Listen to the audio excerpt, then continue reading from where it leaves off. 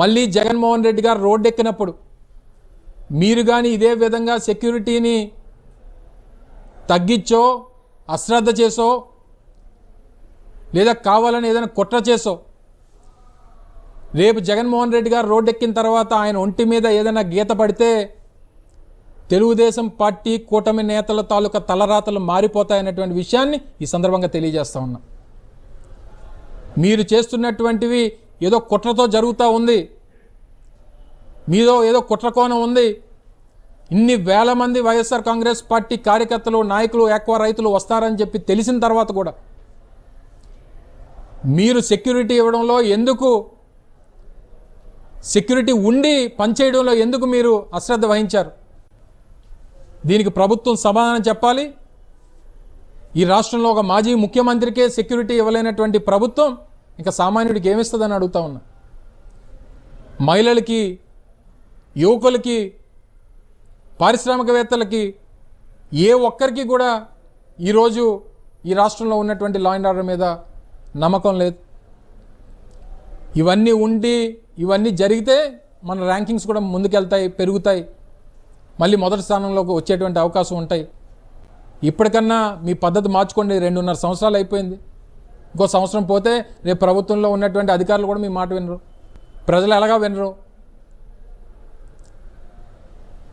కనీసం 5 సంవత్సరాలు మీకు అవకాశం ఇచ్చినందుకు కొంతకాలం అన్న ప్రజల కోసం, ప్రజా సమస్యల పట్ల, ఇచ్చినటువంటి హామీల పట్ల పనిచేయాలని చెప్పి ఈ సందర్భంగా కోరుకుంటూ, దయచేసి ప్రజలందరూ కూడా వీరు చెప్పేటువంటి ఈ చేసేటువంటి పబ్లిసిటీ, ఈ ఈవెంట్ మేనేజ్మెంట్ చూసి మోసపోవద్దని చెప్పి మరొకసారి మీ ద్వారా ప్రజలందరినీ కూడా కోరుతా ఉన్నాం.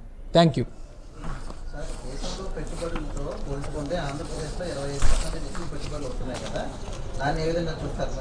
ఇందాక ఏ విధంగా చూస్తున్నానండి? ఇప్పుడు చూసాం కదా ర్యాంకింగ్స్, ఇప్పుడు చూసాం కదా, అదే చెప్పాను కదా ఇందాక. 2025-26 దేశానికి వచ్చినటువంటి పెట్టుబడుల్లో 25% పెట్టుబడులు వచ్చాయని చెప్పి చెప్పుకుంటున్నారు. చెప్పుకున్నప్పుడు 1వ ర్యాంక్లో ఉండాలి కదా మనం. 1 నుంచి 8కి ఎందుకు పడిపోయాం? నువ్వు కూడా చదువుకున్నావు కదా. మార్కులు ఎక్కువ వస్తే నీకు ర్యాంకింగ్స్ ఎక్కువ ఇస్తారా, లేకపోతే ఫస్ట్ ర్యాంక్ వస్తుందా, లేకపోతే తక్కువ వస్తే ఫస్ట్ ర్యాంక్ వస్తుందా?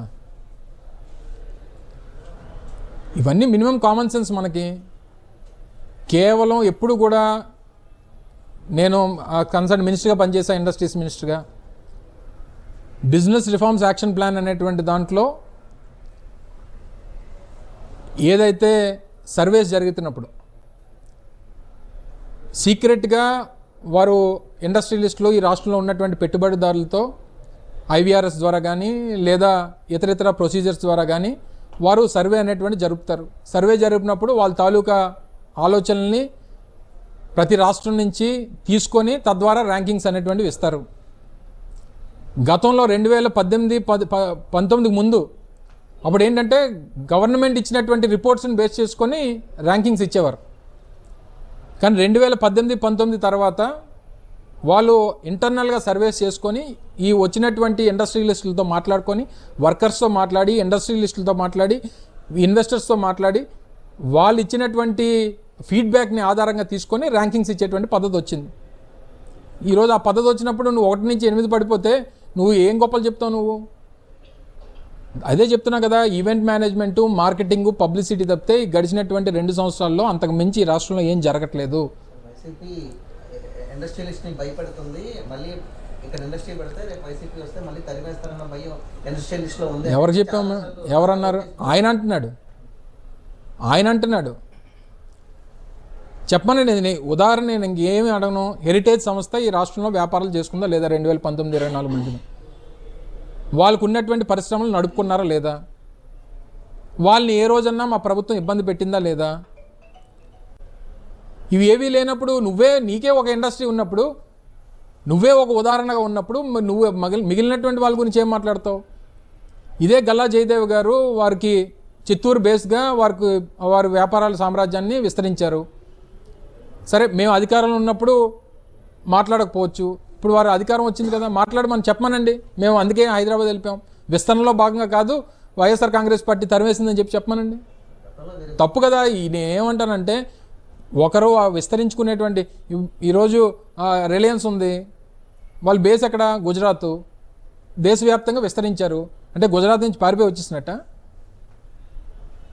వ్యాపార సామ్రాజ్యాన్ని విస్తరించేటువంటి క్రమంలో ఒక రాష్ట్రం నుంచి ఇంకో రాష్ట్రం, ఇంకో రాష్ట్రం నుంచి ఇంకో రాష్ట్రానికి విస్తరిస్తారు తప్ప ఏదో ఈ రాష్ట్రంలో ఆయనకి మిగిలినటువంటి వ్యాపారాలు ఉన్నాయి కదా. అమర్ రాజాకి ఈ రాష్ట్రంలో ఏం వ్యాపారాలు లేవా? నడుస్తున్నాయి కదా ఇండస్ట్రీస్. మా హయాంలో నడిచాయి, ఇప్పుడు నడుస్తాయి, రేపు కూడా నడుస్తాయి. కానీ తప్పుడు ప్రచారం చేసి ఏదో రకంగా రాజకీయంగా లబ్ధి పొందుదాం అనేటువంటిది తండ్రి కొడుకుల తాలూకా ఆలోచన. అది మానుకోమని చెప్పి సలహా ఇస్తా ఉన్నాను.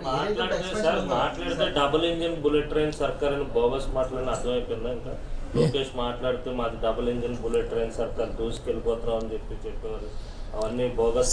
అంటే ఒకటండి, వీరికి ఉన్నటువంటి ప్రచారంలో అంటే పబ్లిసిటీ మార్కెటింగ్లో బహుశా రాజకీయంలో ఉన్నటువంటి అనేక మంది దేశంలో నాయకులు ఉన్నారు.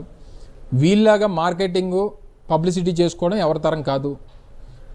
ఎవరికన్నా చెప్పింది చేసుకోవడం అలవాటు, చేసింది చెప్పుకోవడం అలవాటు ఉంటుంది తప్ప ఏమీ చేయకుండా చెప్పుకునేటువంటి అలవాటు ఈరోజు తండ్రి కొడుకులకి రాష్ట్రంలో ఉంది.